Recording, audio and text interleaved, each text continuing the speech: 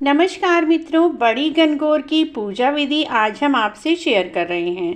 पहले जहाँ पर आपको पूजा करनी है उस जगह को अच्छे से साफ करके कोई भी शुभ कलर का वस्त्र बिछा लीजिए। उसके बाद हमने एक चौकी ली है जो कि लक्कड़ की है, डेकोरेटेड है। तो पाटा बिछाने से पहले मित्रों पाटा धोने का गीत गाया जाता है। पाटा धोने का गीत गाने के लिए आप 16-16 तार की 2 दूब की गुच्छियाँ बना लीजिए और इस तरह से हम जल छिड़केंगे और पाटा धोएंगे। क्योंकि हमारा डेकोरेटेड पाटा है, हम इसे धो नहीं सकते, लेकिन जल छिड़क कर हम 16-16 बार इसके ऊपर और हम पाटा धोने का गीत गाएंगे। पाटा धोने का गीत भी आप हमारे चैनल पर जाकर देख सकते हैं। उसके बाद हम एक चौकी अपनी पाटा विराजमान कर देंगे अपनी पूजा स्थल पर। उसके बाद मित्रों एक चार्ट लिया जाता है। चार्ट के ऊपर हमने गणेश जी का आह्वान करके सबसे पहले टिक्कियाँ जहाँ पर देंगे हमने अपना कार्डबोर्ड ले लिया है जहाँ पर हम टिक्कियाँ देंगे। 16-16 टिक्कियाँ दी जाती हैं। अपनी टिक्कियाँ देंगे मेहंदी से, काजल से, रोली से। एक दिन की गणगौर पूजने वाली महिलाएं इसी तरह से कार्डबोर्ड ले लेती हैं। पहले समय में तो दीवार पर ही ये सब किया जाता था, लेकिन आजकल दीवार खराब होने का डर रहता है, तो इसीलिए हमने ये चार्ट पेपर पर पहले गणेश जी का आह्वान करके सतिया बना लिया है, जिसे कि स्वास्तिक भी बोला जाता है। उसके बाद मित्रों हमने अपने मिट्टी के गोरा जी और ईसर जी ले लेने हैं, गणगौर ले लेने हैं। इन्हें मैंने खुद ही घर पर मिट्टी से बनाया है। आप कांच के ले सकते हैं, लकड़ के ले सकते हैं, जैसे भी चाहें आप ईसर जी और गोरा जी को ले लीजिए। दुर्वा घास, तो मित्रों ये दुर्वा घास पार्क वगैरह में अच्छे से मिल जाती है। इस तरह की दुर्वा घास आप पहले ही जब गणगौर पूजें तो आप पार्क में से मंगवा लें। इसी से ही हमने गुच्छियाँ बनानी है और इसी से ही हमें इसको अपनी चौकी पर विराज रखकर यहाँ पर अपने ईसर जी और गोरा जी को विराजमान करना है। तो हमने अपनी दूब रख ली है। उसके बाद मित्रों हमने अपने ईसर जी और गोरा जी को ले लेना है और गोरा जी और ईसर जी को इस दूब के ऊपर ही हमें विराजमान करना है पूजा के लिए। गेहूँ के कुछ दाने और दीपक, तो हम यहाँ पर अपना दीपक प्रज्वलित करेंगे। कईयों के यहाँ दीपक जलाया जाता है और कई बिना दीपक के ही पूजा करते हैं। तो हम यहाँ पर अपनी चौकी पर थोड़े से गेहूं के दाने रखकर अपना दीपक सबसे पहले पूजा में जला लेंगे, प्रज्वलित कर लेंगे। दीपक के बिना हमारी पूजा संभव नहीं होती है। कईयों के यहाँ दीपक नहीं जलाया जाता, जैसे भी आपके घर परिवार की परंपरा है उसके अनुसार ही कर लीजिए। तो हम यहाँ पर अपना सबसे पहले दीपक प्रज्वलित कर लेंगे। कईयों के यहाँ दीपक बिल्कुल भी नहीं जलाया जाता और ठंडा दीपक पूजा में रखा जाता है। जैसे भी आपके घर परिवार की परंपरा है उसी के अनुसार करेंगे मित्रों। उसके बाद हमें देनी है 16-16 टिक्की। 16 टिक्की देने के लिए हमें ये 3 चीज़ें चाहिए, काजल, मेहंदी और रोली या सिंदूर। तो हमें ये तीनों चीज़ें मैंने दीपक में रख ली हैं। बाद एक जल का लोटा लेंगे और एक फूल लेकर हम यहाँ पर शुद्धिकरण कर लेंगे। तो सब जगह पर हम जल से छींटे लगा देंगे और लोटा जल का हम यहाँ पर अपनी पूजा स्थल पर ही रख लेंगे। उसके बाद मित्रों हमें टिक्कियाँ देनी होती हैं और दातुन देनी होती हैं, छांटे लगाए जाते हैं। इन सब का सामान भी आप एक ही जगह पर रख लीजिए। उसके बाद मित्रों हमें सुहाग जल बनाना होता है। सुहाग जल बनाने के लिए हमें एक सिक्का, एक ये कोड़ी, सुपारी, एक चांदी का छल्ला और ये हल्दी की गांठ, ये हम जल में डालेंगे। सुहाग जल बनाने के लिए सबसे पहले शुद्ध जल डाल लीजिए और उसके बाद इसके अंदर हम कच्चा दूध डालेंगे। कच्चा दूध डालकर ये हमारा सुहाग जल बन जाएगा और इसी के अंदर हम ये 5 चीज़ें, कोड़ी, सिक्का, सुपारी, हल्दी की गांठ, ये सब 5 चीज़ें हम जल में रख देंगे। और जो 16-16 गुच्छियाँ हमने बनाई हुई हैं ये अपनी जोड़े सहित 2-2 ही लेनी है सभी को, तो ये 2 जोड़े। और उसके बाद हम कुछ ये सुहाग फूल आते हैं ये भी हम अपने जल में रख लेंगे। सुहाग फूल यदि आपको मिल जाते हैं तो बहुत अच्छी बात है, क्योंकि ये सुहाग का ही व्रत होता है तो सुहाग फूल बोला जाता है, जिसे सदाबहार के फूल भी बोला जाता है। ये फूल आप अपने सुहाग जल में अवश्य ही रखें। उसके बाद मित्रों हम अपनी सभी जगह भी फूल अर्पित कर देंगे। अपनी गोरा माँ को फूल अर्पित कर देंगे और अपनी ईसर जी को फूल अर्पित कर देंगे। गणेश जी के रूप में हमने जो हमारा स्वस्तिक बनाया है यहाँ पर हम फूल अर्पित कर देंगे। कुछ की रोली की 16 टिक्कियाँ देंगे। 16 टिक्कियों का ही महत्व है, हर चीज़ हमें 16 की संख्या में ही रखनी होती है। तो इस तरह से हम सिंदूर से यहाँ पर 16 टिक्कियाँ दे दें। कोई भी किसी के नाम की टिक्की नहीं देगा।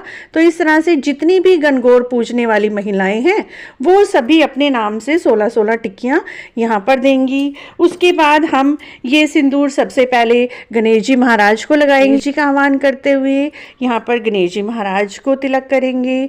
उसके बाद हम ईश्वर जी को तिलक करेंगे, गौरा माता को सिंदूर का तिलक करेंगे। उसके बाद हम मेहंदी की टिक्कियाँ देंगे।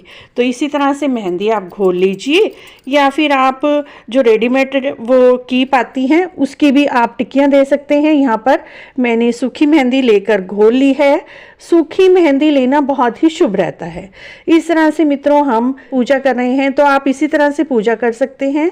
कोई घबराने वाली बात नहीं है कि अकेले हम पूजा नहीं कर सकते।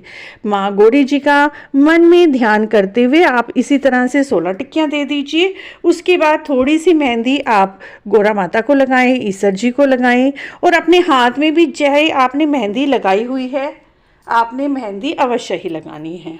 उसके बाद मित्रों हम काजल की टिक्कियाँ देंगे। तो यहाँ पर हमने काजल ले ली है और आप चाहें तो घर की काजल भी बना सकते हैं। यहाँ से हमने 16 टिक्कियाँ काजल की दे दी हैं और यही काजल सबसे पहले हम ईश्वर जी को लगाएंगे, गौरा माता को लगाएंगे। जो भी हम गौरा माता को जितने भी सुहाग का सामान अर्पित कर रहे हैं वो सब हमें भी खुद भी लगाना है। मेहंदी में से मेहंदी लगानी है, सिंदूर में से सिंदूर लगाना है और काजल में से काजल लगानी है।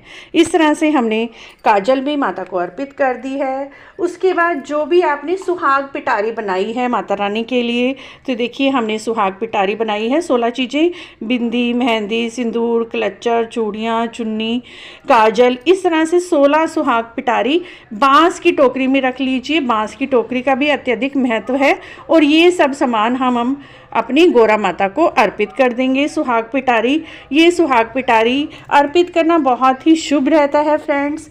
उसके बाद हम छांटे देंगे। छांटे देने के लिए सुहाग जल हम बना ही चुके हैं।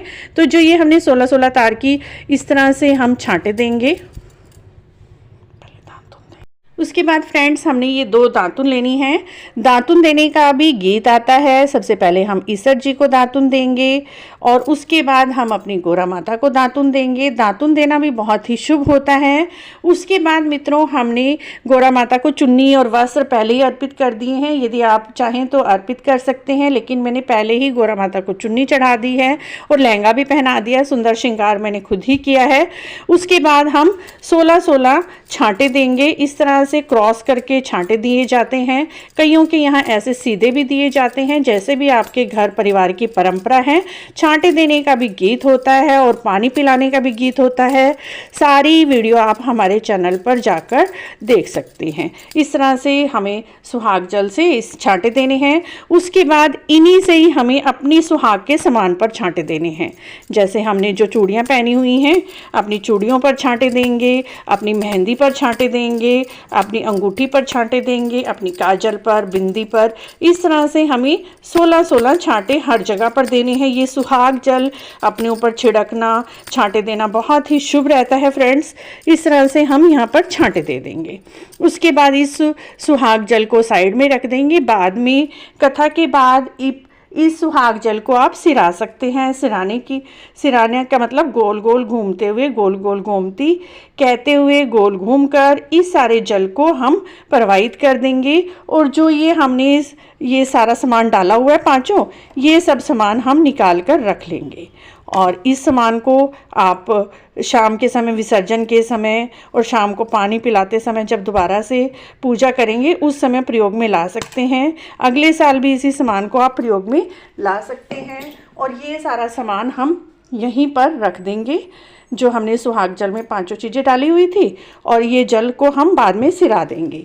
उसके बाद मित्रों हमने हमें गुड़ने बनाने होते हैं, गुलगुले बनाने होते हैं। ये 16 हमने मीठे गुड़ में गूंथ कर आटा और ये गुलगुले बना लिए हैं, साथ में पूरी बनाई है, हलवा बनाई है। इन सब का भोग भी हम माता को लगा देंगे। यहाँ पर ईसर जी को, गोरा जी को थोड़ा सा इसमें लेकर और इस तरह से हम सबसे पहले अपने गणेश जी महाराज को भोग लगाएंगे।